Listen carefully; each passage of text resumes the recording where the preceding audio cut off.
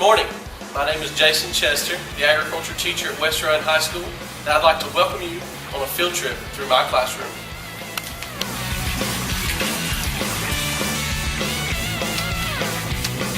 We decided we needed to figure out how tall the tree is. Incorporating core subjects into my classroom helps reinforce key concepts.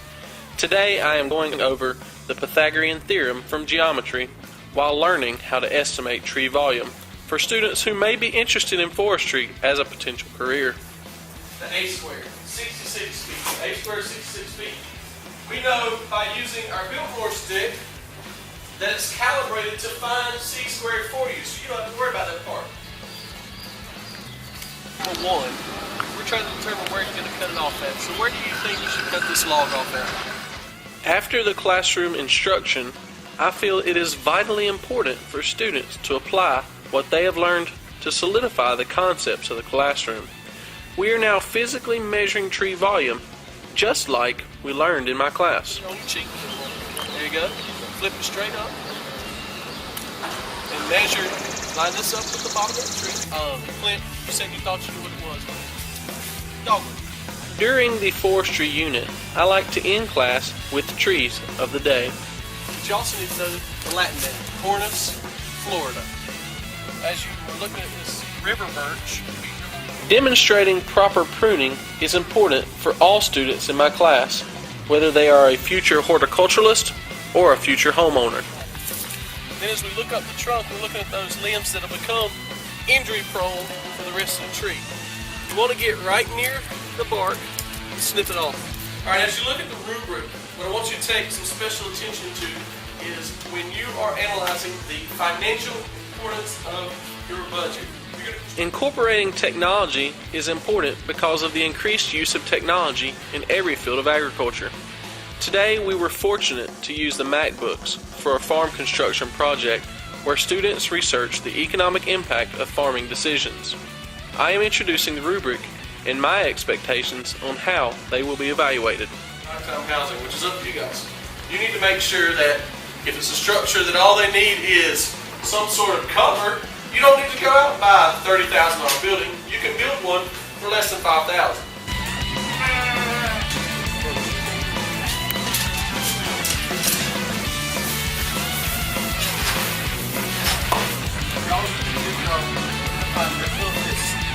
Not feeling very good, so we've got to clean it out.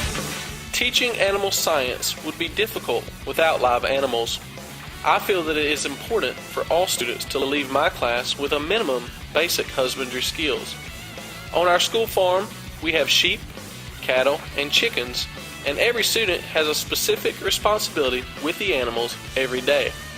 Today, Will and Zach realized this ewe had a foot problem, and I am showing them how to care for her. After the final school bell rings, we get a chance to work on FFA career development events where students can take the things they learned in class, hone them into more specialized skills and things that they're interested in. It allows us to work in small groups while teaching them something that could be a career. First practice today is agronomy. We're going to learn about bugs, horticultural crops, row crops, and how the soil affects them. Right now they're identifying bugs. They've got to identify 185 bugs, weed seeds, and weed plants. The meeting room will now come to order.